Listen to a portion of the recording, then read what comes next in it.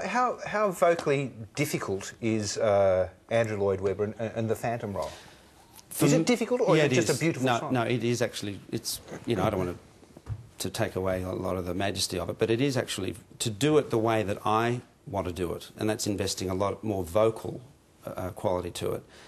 It's quite demanding. I mean, because it's not just the vocal; it's the emotional investment that you make in this thing. Yes. Right. And the show just gets bigger and bigger and bigger for him. And the final layer, which is the last scene in the night, it's just absolute manic singing. It's like Verdi. You know, it's like a big Verdi trio. There's no time to breathe. So when I had the flu and was trying to get through the show, I was literally in the wings, bent over, trying to get some kind of breath capacity up, so that I could sing. And because that's it. Singing's not just going la-di-da-di-da. It's like it's your whole body has to get involved. Yeah, that's all I can do. Everybody does the la-di-da-di-da. But your whole body has to get involved in it. You're an athlete, you know. And if so if you imagine being a long-distance jumper, you know, and you've got a bruise on your foot, and you keep doing it, and you keep doing it, it's never going to get better. So given that the finale in Phantom is so big, are you conscious of saving yourself throughout the show? Well, you try. I mean, obviously, being an old singer like I am, you try. You get, there are certain tricks that you learn to keep yourself going. But once you're in the moment, you know, I can't pull back. I have to do it, and I give everything that I can give on the night. Why did you? Because you did this role something like 20 years ago, and you've come. Why have you come back to it now? What made you say yes the second time around? Phoebe, my daughter.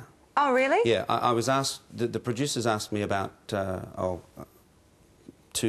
nearly 3 years ago, would I do it? And my initial reaction was no, because I had achieved it. I had done it. And it was great for me. It was a great profile builder, and you know, at the time I was 28 and needed to do it. If I was going to be in the music theatre industry, that was the role to do. Now, I was actually too young for it, when you think about it physically. But mentally I wasn't, because a lot of the roles that I have done have been 10 years ahead of myself anyway. So when I was auditioning for Raoul in it, because I had just done Enjolras in Les Mis for 3 years, and decided that that was the role that seemed to be the next progression. So I was getting ready for that. And then the producers came to me and they said, just in the corner of your ear, have a look at the Phantom. And I said, he's meant to be 45 or something. And they said, we think you can do it. And I said, well, I know I can do it. But I said, as far as the commercial world is concerned, I'm too young. But then they said, you're covered in makeup.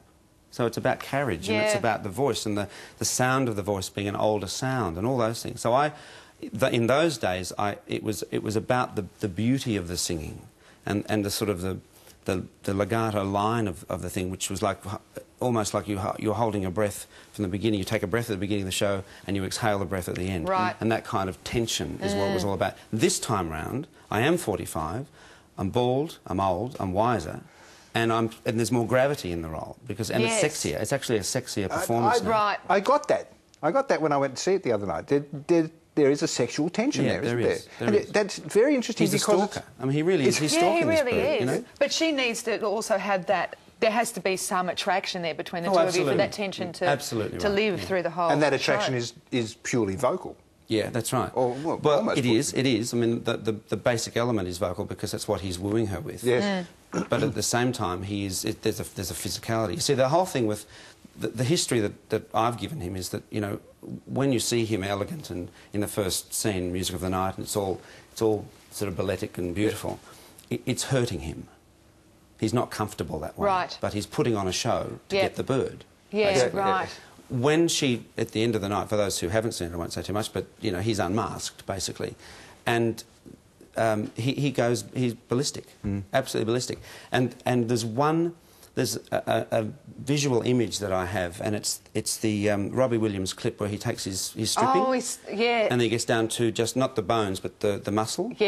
If you imagine that with just eyeballs and muscle, that's what I'm feeling like. It's like I've been stripped to that point, and I don't care anymore, and you're going to be mine regardless. That's sort of and that's a big, you know, emotional journey to have to go through. Massive, So you said you took it on primarily, or your daughter was a main reason. That's right, But how did... Well, so she's seen it now? No, she's not seen the show yet. They're coming down in September to see it, because it's Sydney school holidays. Because she wasn't even born the last time. No, that's right. Yeah, no. Are you nervous about that? A little, but I mean, we have such a fabulous relationship that, you know, she'll... once she sees the show, then I want her to come the next day. It's coming down for a week to stay with me. Then I'll get her to come into the room and watch the process of the makeup. And, you know, lovely. And she's a beautiful ballet dancer, and, you know, it's just... And so she understands what the process is about already. She's 12, and... And so it was about that generation that haven't seen the physical show. It's a bit like Fiddler on the Roof. When I first saw Fiddler on the Roof, I only knew it as a film. Yeah. Right. I didn't know that there was a stage show. I mean, then I was aware of it. And then, fortunately, in 1984, the opera company did a production of Fiddler on the Roof with Hayes Gordon reprising the role. And I was in it, non-singing role. But it was a little house on a revolve. Yeah. Just a tiny little set. And it was all about the people, the actors making the thing work. That's what Phantom's like. So you see the film. She's seen the movie and is, you know, proudly critical of it. But at the same time, but at the same time, I want her to see what the actual beast is like. Yes. The show. Anthony, before we go, have you ever spoken to Michael Crawford about the Phantom? Because many people they thought, OK, Crawford nailed it. Yeah. Crawford hit the Phantom, and then you came along, and they go, oh, hang on. No, he doesn't talk to me about it much. He won't say much about it. Have you not spoken to him? No. No? No. Because I'd be interested to know. He wanted... No, he did... when he came out to do Ray Martin on that other network, and he said, can I talk to Anthony Warlow? Because he was Dad of Phantom. And we never got together about it. Because it'd be interesting, because you've gone so much into the character, it'd be interesting to see the parallels between the way he approached it and the way you approach it. Possibly. I mean, as actors, it'd be interesting to sit down and talk about, you know, the history that you give the character. But then...